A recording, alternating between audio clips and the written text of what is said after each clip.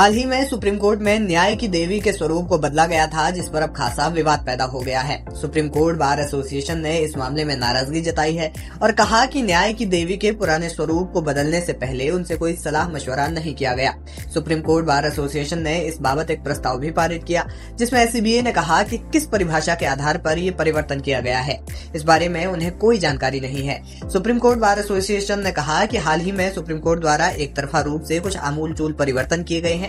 इन परिवर्तन के दौरान बार एसोसिएशन से किसी भी तरह का कोई परामर्श नहीं लिया गया, जबकि हम भी न्याय प्रशासन में समान हितधारक हैं। कोर्ट से हमारा सवाल ये है कि जब यह बदलाव प्रस्तावित थे तो इसके बारे में हमसे चर्चा क्यों नहीं की गई।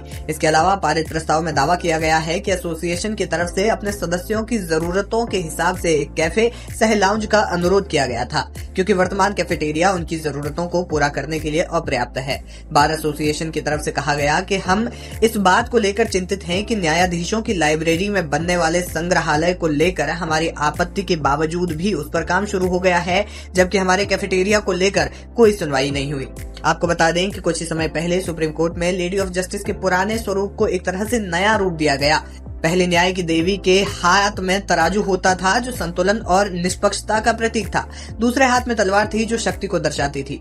वहीं न्याय की देवी की आंखों पर बंधी पट्टी कानून के अंधा होने को दर्शाती थी, लेकिन अब इसे बदल दिया गया है, जिसमें तराजू तो हाथ में है ही, लेकिन दूसरे हाथ में तलवार की जगह संविधान की पुस्तक रखी गई है और आंखों से पट्टी हटा दी गई है, जो इस बात की ओर इशारा करती है कि हमारा कानून अंधा नहीं है।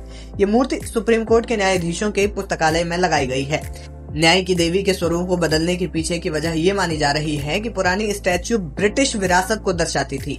इसके अलावा कई बुद्धिजीवियों का मानना है कि देश का कानून अंधा नहीं है, ये सभी को समान रूप से देखता है, इसलिए मूर्ति का स्वरूप बदला गया है। इसके अलावा हाल ही में भारत सरकार ने अंग्रेजों के समय से लागू भारतीय दंड संहिता यानी कि आईपीसी को रद्द करके बीएनएस को लागू किया था।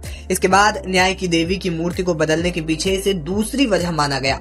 लेडी ऑफ जस्टिस की मूर्ति को बदलने को न्याय के एक नए युग की शुरुआत के रूप में भी देखा जा रहा है। जानकारी के लिए बता दें कि लेडी ऑफ जस्टिस का जिक्र रोमन पौराणिक कथाओं में मिलता है। इन्हें रोमन माइथोलॉजी में जस्टिशिया से जोड़ा जाता है।